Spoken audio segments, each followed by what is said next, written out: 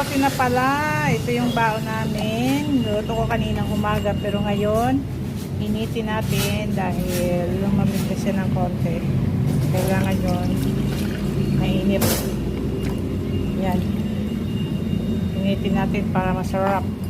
Masarap at mainit. Mainit ang pagkikot ng sabaw. Mainitan ang pagkikot sa shop.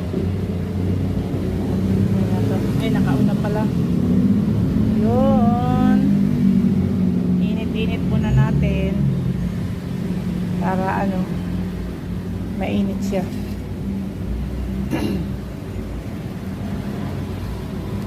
It's time to it's time to eat. It's time to eat. Lunch break na.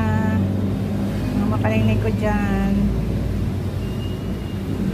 Yan, kukulo. Ayan, mainit na. Umuusok-usok na. Kumain nga natin.